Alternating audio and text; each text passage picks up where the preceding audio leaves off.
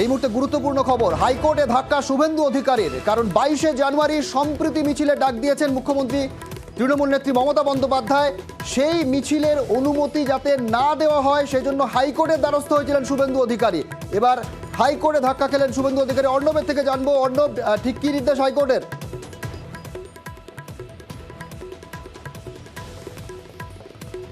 অর্ণবের সঙ্গে যোগাযোগের চেষ্টা করছি। হাইকোর্টে ধাক্কা শুভেন্দু অধিকারীর। সম্প্রীতি মিছিল 22শে জানুয়ারি রাম মন্দির উদ্বোধনের দিন হাজরা থেকে পার্ক সার্কাস পর্যন্ত সম্প্রীতি মিছিলের ডাক দিয়েছেন তৃণমূল নেত্রী মমতা বন্দ্যোপাধ্যায়। সেই মিছিলে যাতে অনুমতি না দেওয়া হয় সেই জন্য হাইকোর্টের দ্বারস্থ হয়েছিলেন শুভেন্দু অধিকারী। সম্প্রীতি মিছিলের বিরোধিতা আদালতের দ্বারস্থ হন। শর্ত সাপেক্ষে মিছিলের অনুমতি দিয়েছে আদালত।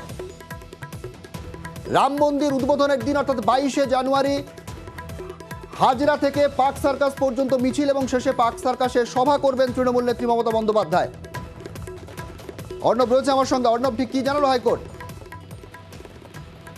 বিরোধী দলনেতা শুভেন্দু অধিকারী আবেদন করেছিলেন 22শে জানুয়ারি রাম পুজো, সেই দিন যদি সম্প্রীতি মিছিল হয়, ব্লকের ব্লকে মিছিল হয়, সেক্ষেত্রে একটা অশান্তির আশঙ্কা থেকে যাচ্ছে। তাই ওই দিন পরিবর্তন করা হোক, দিন পিছিয়ে দেওয়া হোক, নচেত ওই দিন যদি সম্প্রীতি মিছিল করতে হয় তাতে আইন শৃঙ্খলা পরিস্থিতি স্বাভাবিক রাখার জন্য কেন্দ্রীয় আধা সামরিক বাহিনী নামানো হোক, হনুমান জয়ন্তীর মতো যেভাবে কলকাতা হাইকোর্ট নির্দেশ দিয়েছে। এই দুটি আবেদনই ফিরিয়ে দিয়েছে কলকাতা হাইকোর্ট। এক কথায় প্রধান বিচারপতি ডিভিশন বেঞ্চের আজকের এই নির্দেশের পর 22শে জানুয়ারি তৃণমূল কংগ্রেস যদি তারা সম্প্রীতি মিছিল করে তাহলে আর আইনগত কোনো বাধা রইল না, কারণ প্রধান বিচারপতি ডিভিশন বেঞ্চও তাদের সবুজ সংকেত দিয়ে দিয়েছে। মামলা করেছিলেন শুভেন্দু অধিকারী এই 22শে জানুয়ারি মিছিল অন্য দিন যাতে হয় সেই কারণে। কাজেই তৃণমূল কংগ্রেস সরাসরি এই মামলায় অনুমতি চেয়ে মামলা করেননি। কাজেই আইনগত বাধা কাটলো।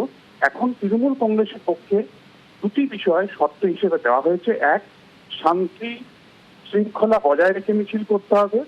ধর্মীয় আবেগ, কোনো সম্প্রদায়কে আক্রমণ করে কোনো উস্কানিমূলক বক্তব্য এই মিছিল থেকে দেওয়া যাবে না।